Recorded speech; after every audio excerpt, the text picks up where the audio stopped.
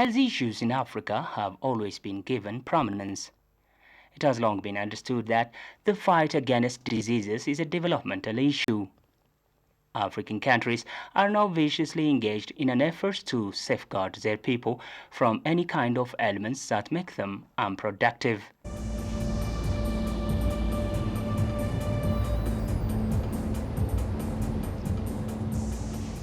For many years, catastrophic and disastrous diseases have ravaged the people of the continent and deprived of its human resource potential. Most importantly, AIDS and other communicable diseases are the biggest health problems that the continent has to face to date. In order to tackle this problem, the African countries have sought optional health policy frameworks. On their health policies, which focus on prevention, they have given due attention to HIV and AIDS and other sexually transmitted diseases.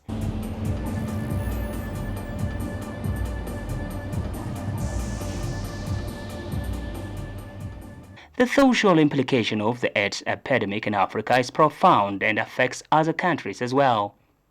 The depopulation of the adult group in sub-Saharan Africa presents an increasing social and security problem. The absence of adults among the communities invites various economic chaos, social disorder, and regional instability. Many of the impacts of HIV and AIDS already exist in many African countries. AIDS orphans, for instance, are among the most visible effects of this epidemic.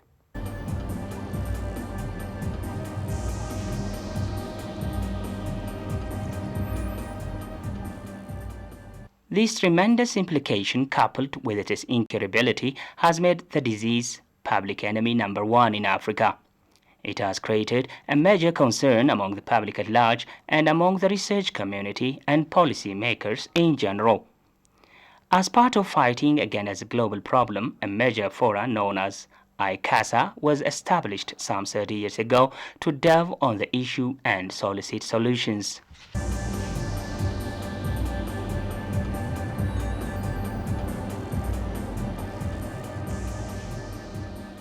Since its establishment, the International Conference on AIDS and STDs in Africa, ICASA, has served as a platform for discussion on the issue among all stakeholders for a common goal.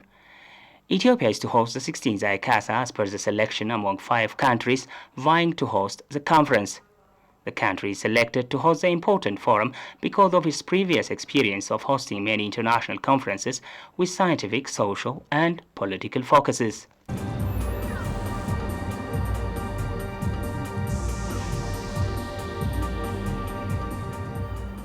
Since the organization has declared to hold its conference here in Addis Ababa, a comprehensive preparation is going on in the city. The Ethiopian government has shown its commitment for the success of the conference.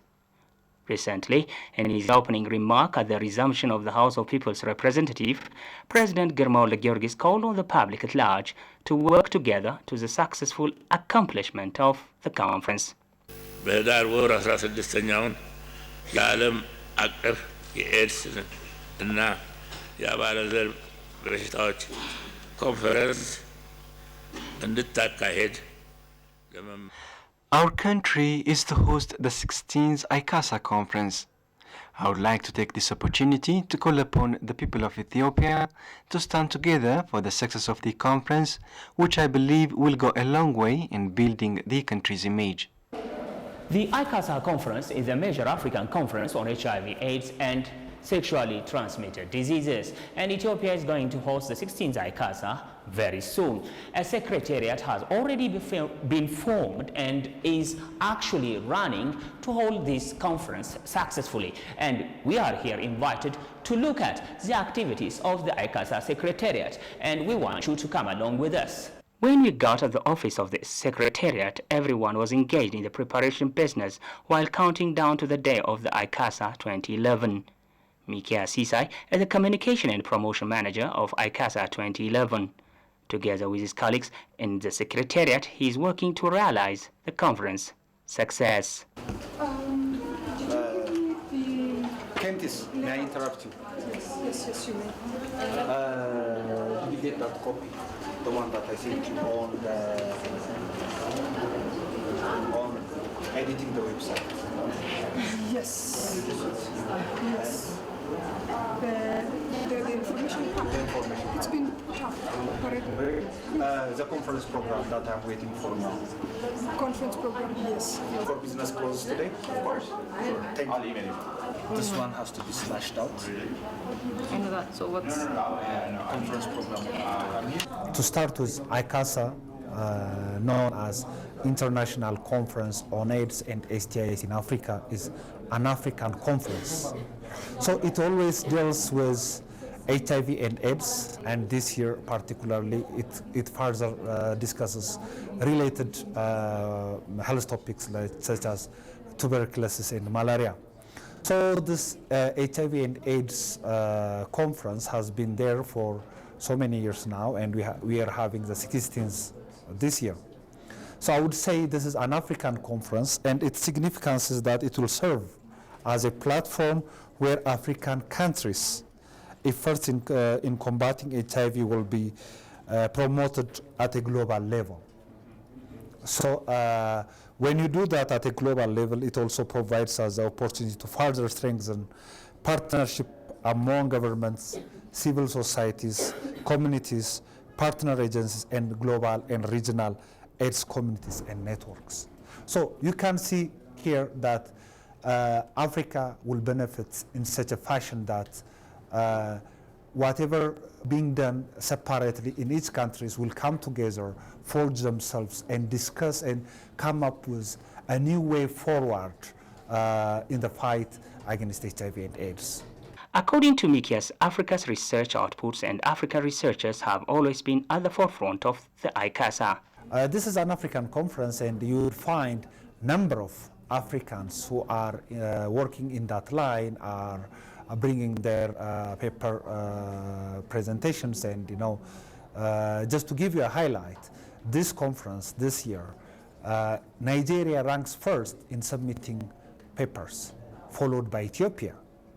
So you can see that it is an African thing, and Africans are quite enormously involved in bringing about change. That's why it is also bringing quite a lot of participants. That is expected to be more than 10,000. Dr. Fikrahab Kabada also says the ICASA conference has indeed served as a forum for Africa's political leaders and scientists to come together and dwell on HIV and AIDS as well as STDs. It has been 30 years since HIV has been discovered as one of the public health problems. It's not only a public health problem, but now it's a matter of development as well. So for the last 30 years, governments, the international community, scientists, and community religious groups and other civil society organizations has done a lot, but still the pandemic is there, and there are some emerging concerns, as well as there are also achievements. So it's time that after 30 years that we have to stop and see, review what we have done, what we have achieved, and what are the gaps and challenges, and where should we go from now for the next several years. So where HIV will not be no more of a public health problem and doesn't hinder development, especially for Africa, for sub-Saharan Africa, which is hardly hit by the pandemic. There is a lot that politicians, scientists, academicians, civil societies should do. So this conference will set a number of sessions, agenda, so that they can address the main theme of the conference, which is the 16th. So the theme is on scale up and sustain.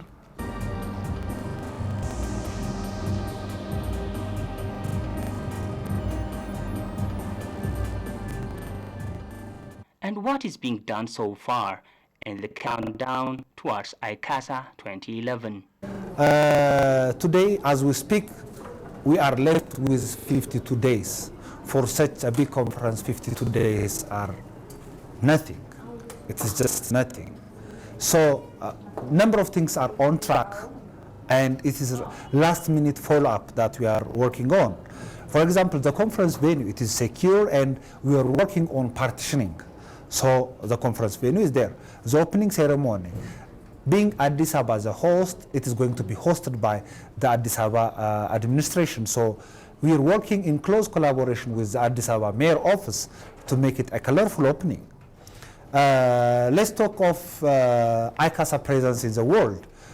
You may see from, I can show you later on, we are out, and everybody's looking at us and following us via Facebook, Twitter, and our website, that ICASA gets a minimum of more than 500 viewers per day. Which is about Ethiopia, please. Let's see the communication end. Flyers, brochures, information bulletins, all are up and running. I would want to stress here that even before yesterday, it was on Monday, when the House of Federation resumed its yearly parliamentary services. At the opening speech of the government of Ethiopian Federal Democratic Republic, President Girma Walda-Giyorgis himself said that it is well underway, and he also called for the public to join hands and move forward. So this shows that it is not only the ICASA Secretariat, it is everybody's. The custodian here is His Excellency Dr. Tedros Adhanom, Minister of Health. And also there are some government offices that are working directly with us, the Minister of Foreign Affairs, the Minister of Government Communication Affairs Office, and others. Not to mention that our partners in the UN and others, the WHO, UNAIDS, and most of staffs that you are seeing here are largely seconded by our partners. So it is a joint effort. This huge African conference has drawn many Africans from the continent, bringing along their experiences. Hello there. Hello. How are you doing?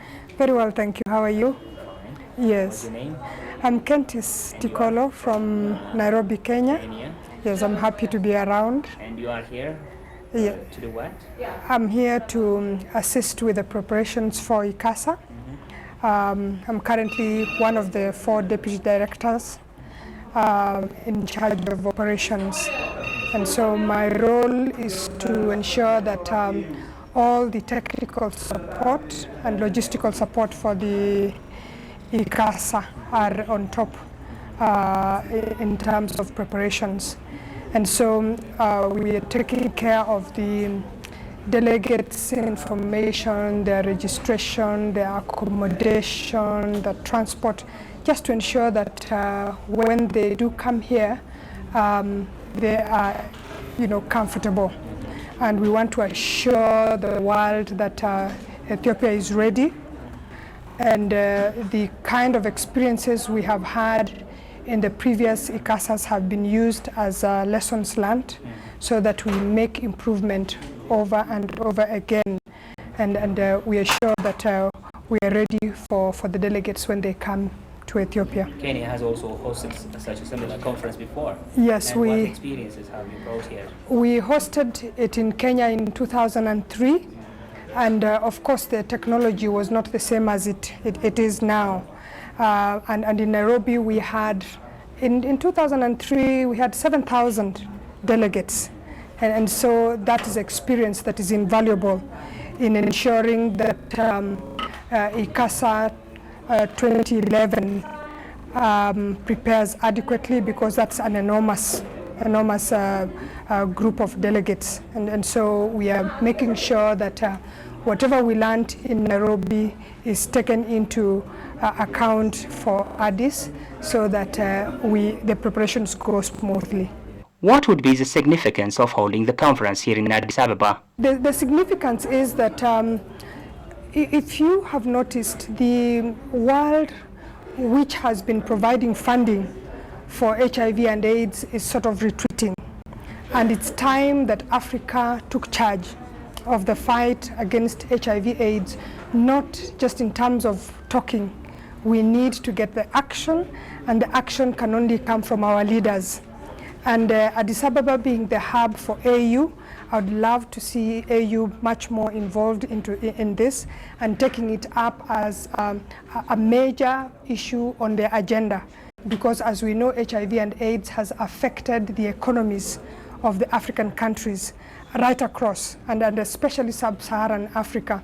And so for me, this is extremely important. It's time we put the HIV/AIDS agenda on the laps of the African leaders through the AU, and Addis would be the place for that to happen.